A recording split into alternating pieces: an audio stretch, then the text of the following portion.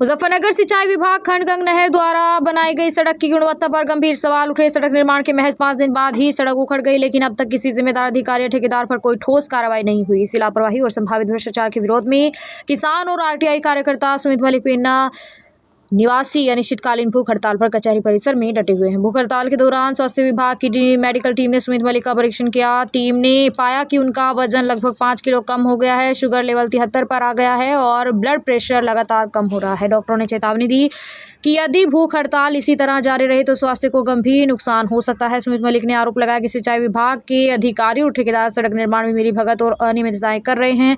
निर्धारित मानकों का पालन नहीं किया गया और तारकोल की सही मात्रा तक नहीं डाली गई, जिससे सड़क कुछ ही दिनों में टूट गई। और सड़क किसानों के लिए महत्वपूर्ण है क्योंकि इसी मार्ग से खेतों में शुगर मिल तक गन्ने का परिवहन होता है।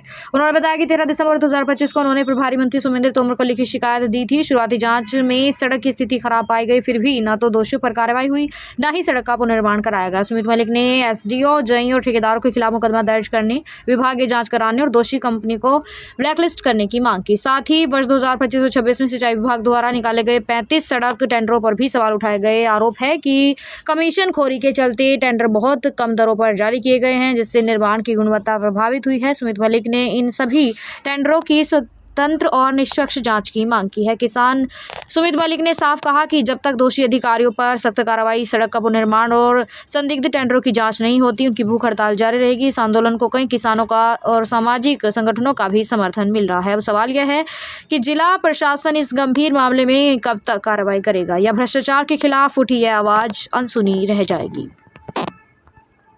क्या नाम है आपका? मेरा नाम सुमित मलिक, गांव पीना, जनपद मुजफ्फरनगर से। आप भूख हड़ताल पे बैठे हैं, कब से बैठे हैं?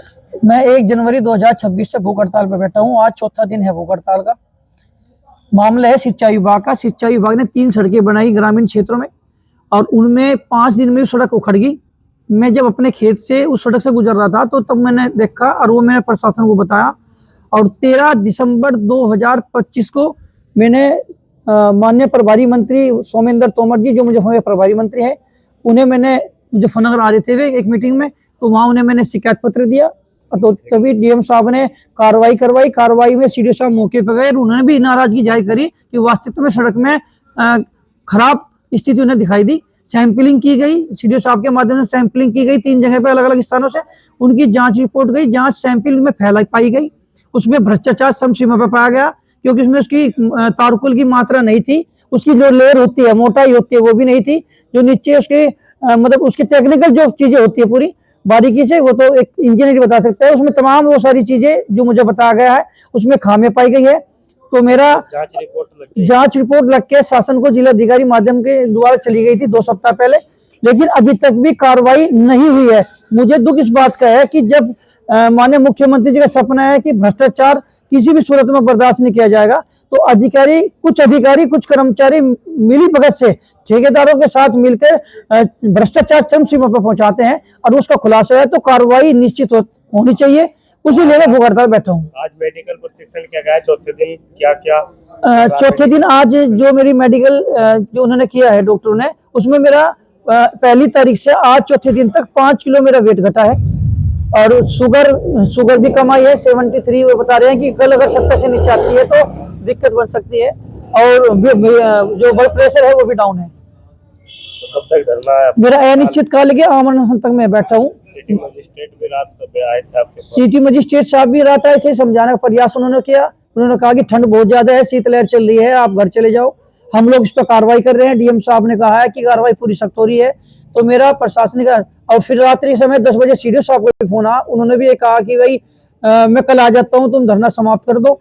और कार्रवाई मैंने बहुत कैडी, हमने चिट्ठी बनाई है प्रशासन को, डीएम साहब ने, और पक्का कार्रवाई होगी। लेकिन क्योंकि पिछले कुछ राजनीतिक ऐसे फेस हैं जो मजबूत हैं, सत्ता पार्टी के बड़े नेता हैं, वे उन लोगों को बचाने में लगे हैं। क्योंकि एक जो सिंचाई विभाग का जेई है, उधम सिंह नामक व्यक्ति, जो मुझे पता लगा कि वो जो जेई है वहां पे, और उसके यहाँ 15-12 साल से भी अधिक नौकरी कर रहे हैं इसी जिले में। यही ज्वाइनिंग हुई थी और यही रिटायर होकर जाएंगे, ऐसा मुझे लगता है। तो उनके द्वारा जिन लोगों ने उन्हें रोक रखा है, तो कहीं ना कहीं एक बड़ी राजनीति उनके पीछे है, क्योंकि उन लोगों से भी ज्यादा लाभ लेना चाहते होंगे। तमाम टेंडर छूटते हैं, कैसे कैसे उनमें फर्जीवाड़ा होता है, भ्रष्टाचार होता है। तो रिलीव होने के बावजूद भी, मेरिट में रिलीव हुए 1 साल पहले, आज तक भी यहीं जमे बैठे हैं, तो इसका मतलब विभाग उन पे बड़े बड़े कारनामे भ्रष्टाचार के करवाता है और सारे मिलजुल के उस चीज का उसको अंजाम देते हैं उस चीज को। आप बार बार राजनेताओं के बारे में कहते हैं, नाम लेने से क्यों बच रहे? मैं बताऊंगा। अभी मेरा अभी अनुरोध है प्रशासन से, क्योंकि मुझे जिला अधिकारी महोदय पे विश्वास है। प्रशासन जो पॉलिटिकल आदमी फेस है वे सबको पता है कौन है, ठीक है जी। मैं सब जमा होगा ना, लास्ट स्टेज आओगी, मैं नाम सब बताऊंगा, पूरी चीजें बताऊंगा, किस किस का टेंडर कहाँ कहाँ हुआ, क्योंकि कंपनी जिसके नाम है, जिन कंपनी के नाम टेंडर है, वे यहाँ जनपद के सत्ताधारी नेता के संरक्षण में वे लोग ठेकेदारी करते हैं और उनका सबको पता है। समय आने पर मैं भी बता दूंगा। अब क्या दिक्कत आ रही है आपको बताने में? मुझे दिक्कत आ रही, अभी इंतजार में कर रहा, मुझे प्रशासन पे कार्रवाई पे विश्वास है, अब निश्चित रूप से कार्रवाई होगी, फिर मैं बड़े लेवल पे बहुत सारी चीज इकट्ठी करके और बताऊंगा। क्योंकि मैं राजनेताओं से खतरा भी है, मुझे खतरा है कि लोग बाग मेरी हत्या करवा सकते हैं, लेकिन मैं परमात्मा से डरता हूँ, इंसान से डरा करता। मुझे नाम लेने में खुश होंगे, जब समय होगा समय पर सब बताऊंगा, मुझे कोई दिक्कत नहीं। लेकिन जब समय होगा, अगर कार्रवाई नहीं होती तो मैं बताऊंगा, सारी चीज बताऊंगा।